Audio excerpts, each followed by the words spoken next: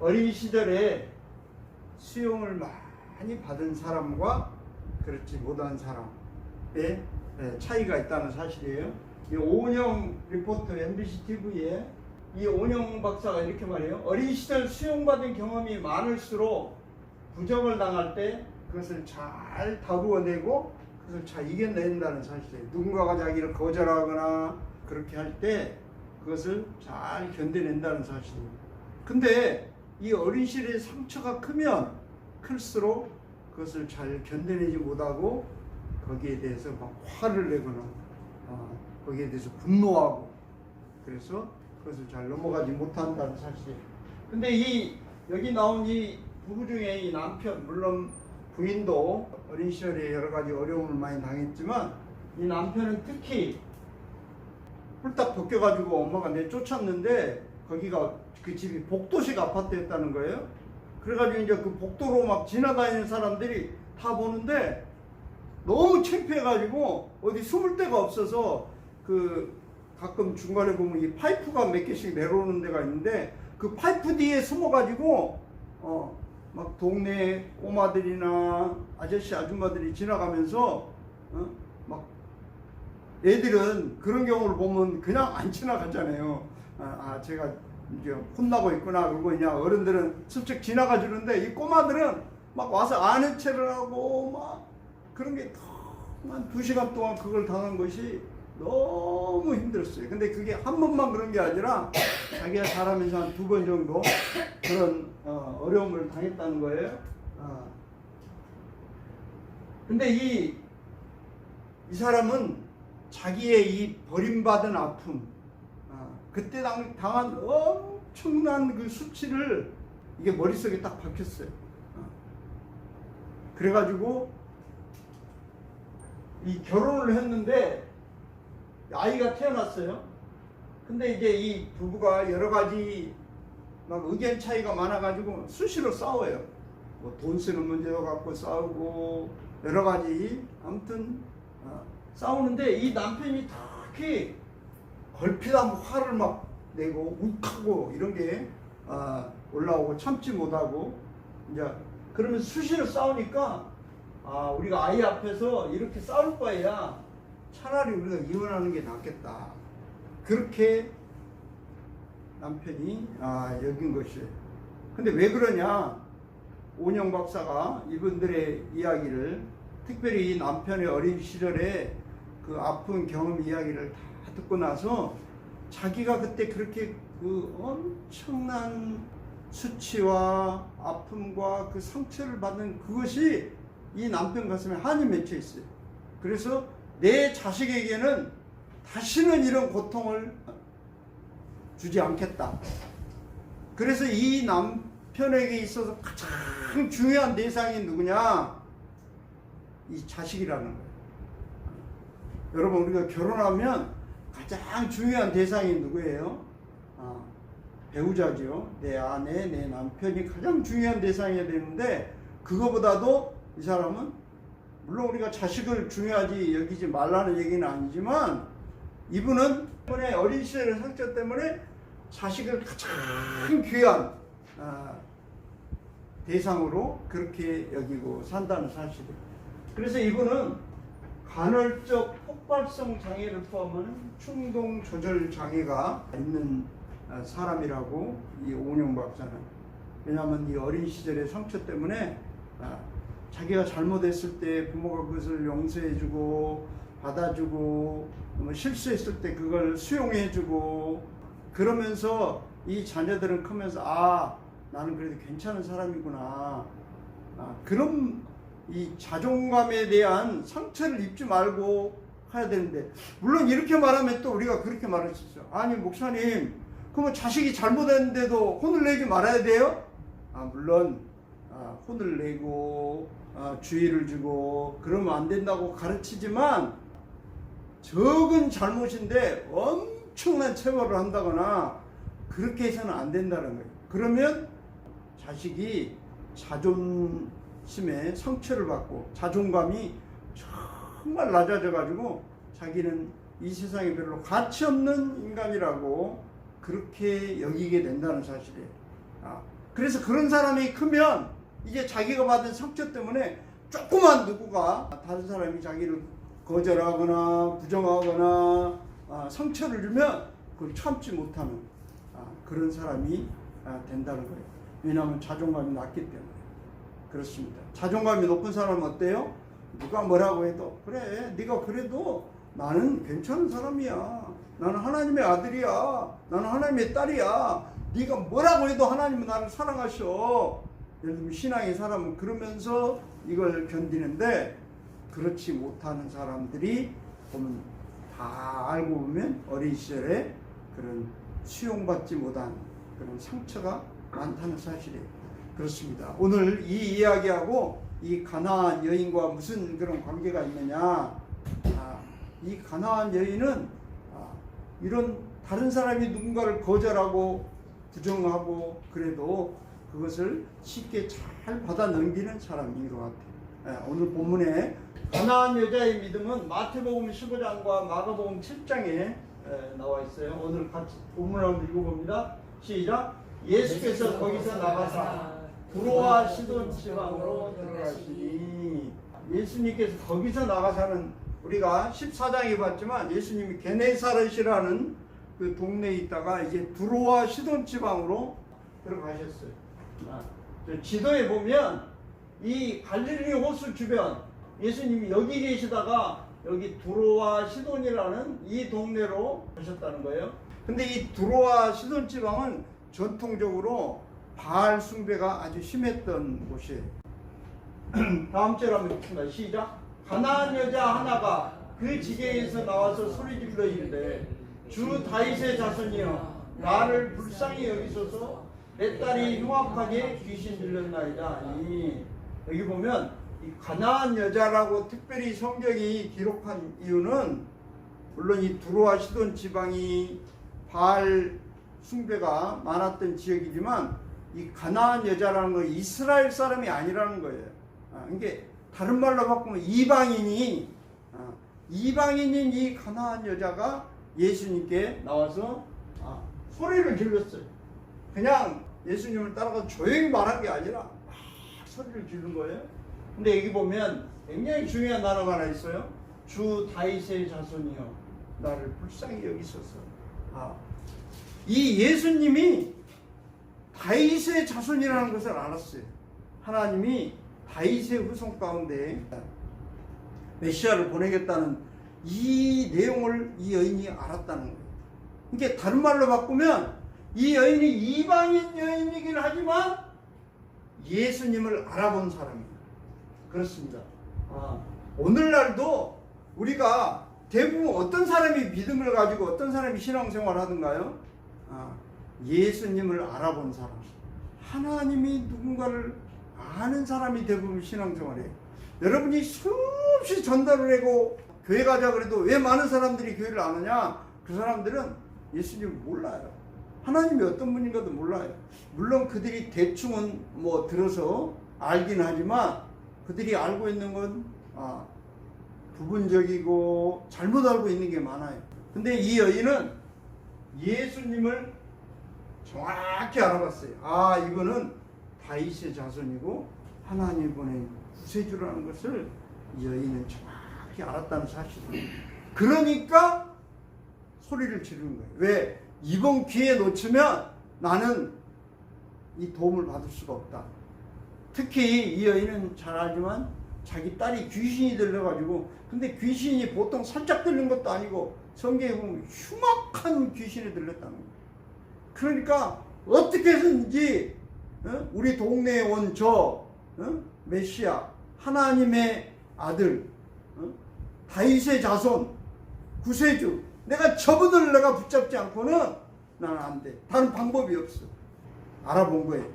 이분이면 내 딸의 병을 고치겠다.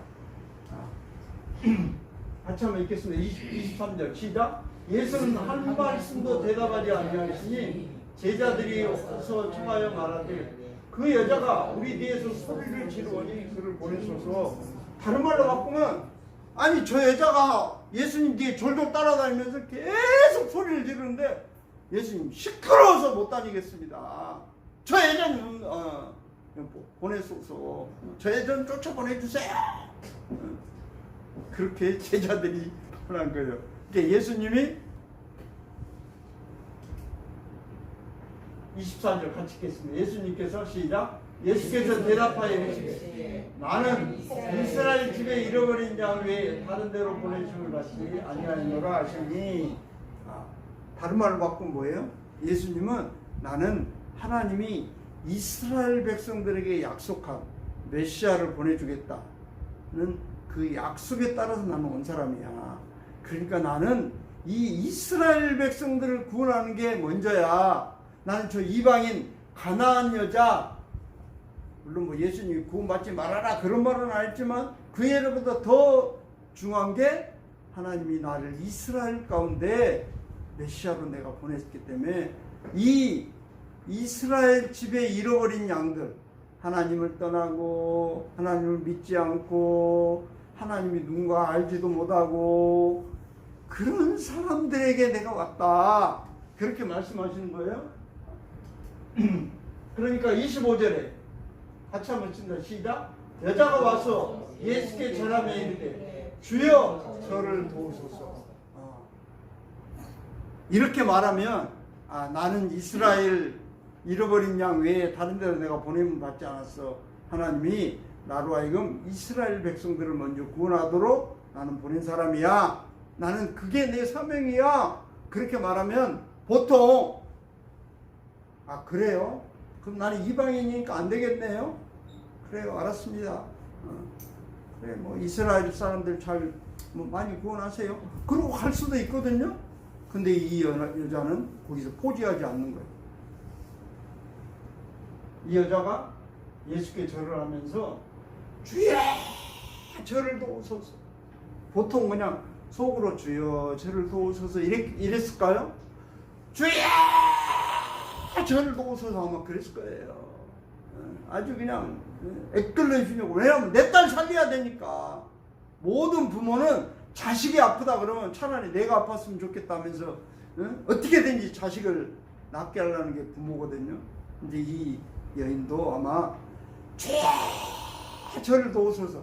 여기 주여라고 했지만 다른 말로 바꾸면 하나님 저를 도우소서 그런 의미예요.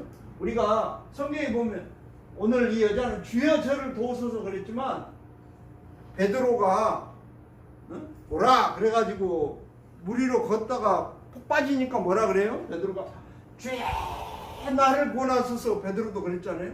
이게 중요한 거예요. 사실 우리가 물론 기도를 우리가 길게 많이 하는 거 막 몇 시간씩 기도하는 거 그것도 좋지만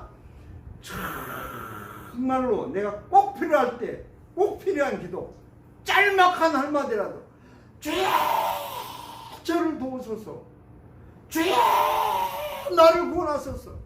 다른 말로 바꾸면 하나님 나 살려주세요. 이런 게 기도예요. 사실 하나님 앞에 정말 짤막하게라도 정말 내 중심에 정말 진짜 내가 하고 싶은 그걸 하는 게 기도예요. 진짜 내가 하고 싶은 것은 다 놔두고 뭐 이 이야기 저 이야기 뭐 우리가 중언부언한다 그러죠. 이야기했다 저 이야기했다가 말을 빙빙 돌리고 그런 것을 하나님 원하는 게 아니라 하나님 짤막하지만 내 중심에서 진짜 내가 가장 원하는 거. 근데 바로 이 여인이 주여 저를 도우소서 그렇게 말했어요. 그러니까 예수님이 또 이렇게 말해요. 자 우리 읽습니다. 같이 시작. 대답하여 이르시되 자녀의 떡을 취하여 개들에게 던짐이 마땅하지 아니하니라. 자녀한테 줄 떡을, 내가 이스라엘 백성에게 줄 떡을 왜 너한테 주냐? 넌 이방인인데 너는 아니야. 넌 딴 데 가서 알아봐라. 어떻게 보면 그런 거예요. 자녀의 떡을 취하여 개들에게. 여러분 이 개들이라는 단어가 우리의 마음을 상당히 좀 아프게 해요. 아니 왜 하필이면 사람한테 개들이라고 그러시냐. 그것도 하나님이 근데 이 성경에 헬라어에 개라는 단어가 두 개의 단어가 있어요. 퀴나리온이라는 것도 개고 퀴온이라는 단어도 개예요. 근데 이 퀴나리온은 애완용 개, 집에서 기르는 강아지 그런 거예요. 주인의 상에서 막 집안에 돌아다니는 그런 강아지는 퀴나리온이고, 퀴온은 동네 막 돌아다니고 산에 돌아다니는 들개. 그러니까 오늘 여기서 쓰여진 단어는 사실 애완용 개를 말하는 거예요. 오늘 이 본문을 마가복음은 이렇게 기록하고 있어요. 같이 한번 읽겠습니다. 시작. 예수께서 이르시되 자녀로 먼저 배불리 먹게 할지니 자녀의 떡을 취하여 강아지들에게 던짐이 마땅치 아니하니라. 나는 너한테 떡 안 주겠다는 얘기거든요. 한마디로 말하면 거절하는 거예요. 근데 이렇게 딱 거절을 당했을 때, 아니 이렇게 사람을 개 취급하고 내가 뭐 강아지입니까? 이럴 수도 있거든요. 우리가 기분 나쁜 말 되면 우리는 화가 확 나가지고, 그래 내가 안 먹고 만다 내가 그때 그 떡 내가 안 먹어. 근데 뭐 나한테 강아지라고? 아니 내가 이래봐도 사람인데 막 이러면서 우리가 그럴 수 있거든요. 근데 이 거절을 당할 때, 부정을 당할 때 이 여인의 태도가 굉장히 전 중요하다고 얘기해줬어요. 왜냐하면 이 사람은 제가 보기에 어린 시절에 많이 부모나 주변에 주요 양육자로부터 많이 수용을 받은 사람일 거다. 그래서 누군가가 자기를 부정하고 거절하고 무시하고 그래도 그것에 너무 막 화를 내고 막 열받아가지고 근데 안 하고 만다 막 이러지 않고 좋습니다. 옳습니다. 그러죠, 이 여인이. 근데 아마 물론 그럴 수도 있고, 제가 이 본문을 묵상하면서 이 여인은 이 상처가 적은 여인일 수도 있지만, 또 한편으로는 이분은 진짜 엄마다, 진짜 애미다. 이게 애미하고 새끼라는 단어가 오히려 더 친근하게 이럴 때는 더 다가오는 것 같아요. 진짜 이 자식을 생각하는 엄이다. 정말 저 자식, 내 자식 저거 귀신 들려가지고 저 고생하는데 내가 예수님이 나를 좀 무시했다고 그래 뭐 내가 안 받고 말지 이러지 않고 그래요, 옳습니다. 그러나 내 자식 제발 좀 고쳐주세요. 그런 심정으로 끝까지 예수님을 붙잡고 늘어지는, 정말 이 여인이야말로 진짜 애미구나, 그런 마음이 제가 들었어요. 자, 오늘 27절 한번 읽습니다. 시작. 여자가 이르되 주여 올소이다마는 강아지들도 제 주인의 상에서 떨어지는 부스러기를 먹나이다. 그러니까 나를 강아지라고 그렇게 취급해도 좋은데 그 부스러기라도 날 먹게 해주세요. 더 직접적으로 우리 딸 좀 제발 낳게 해주세요. 그렇습니다. 우리가 이런 경우에 일단 올소이다. 근데 여러분이 정말 이게 사람 대 사람으로 말한 경우는 올소이다가 쉽지 않을 수가 있거든요. 근데 이 여인은 이분이 하나님인 것을 알았어요. 주 다윗의 자손이라는 것을. 그러니까 그래, 어떤 경우에도 하나님이 말씀하면 그 말은 옳은 거야. 이 기본적인 그 믿음이 깔려 있는 사람이에요. 그러니까 정말 자기가 듣기 거북하고 자존심 상하고 그런 말을 설령 하나님이 했을지라도 옳습니다. 과연 우리가 진짜 하나님 앞에 그럴 수 있는 사람인지, 정말 그런 점에서 이 여인은 보통 사람은 아니에요. 그래요, 옳습니다. 여러분, 하나님이 뭐라고 말씀하실든지 옳소이다. 하나님 옳습니다.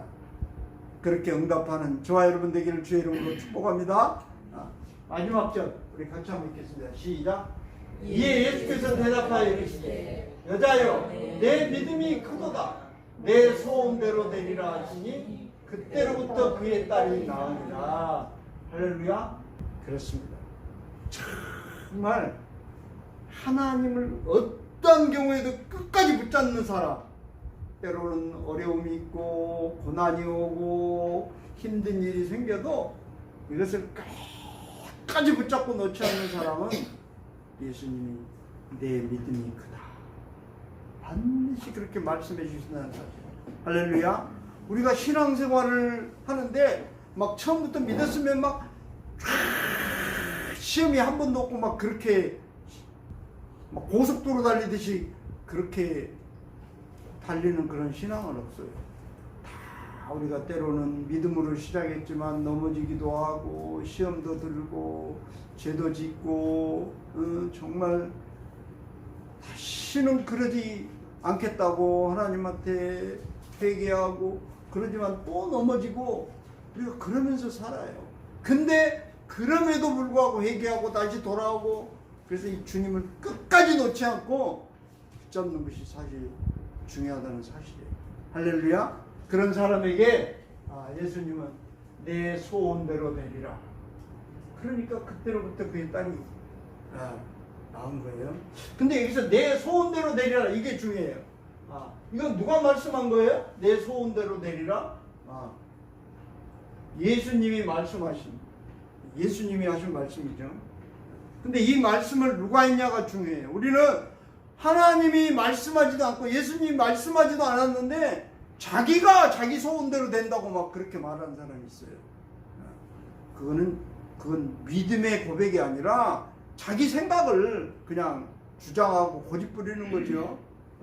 우리가 성경에 보면 마태복음 8장에 우리가 이미 봤었는데 같이 한번 읽겠어요. 시작. 예수께서 백부장에게 이르시되 가라, 내 믿음대로 될지어다 하시니 그 즉시 하인이 나오니라.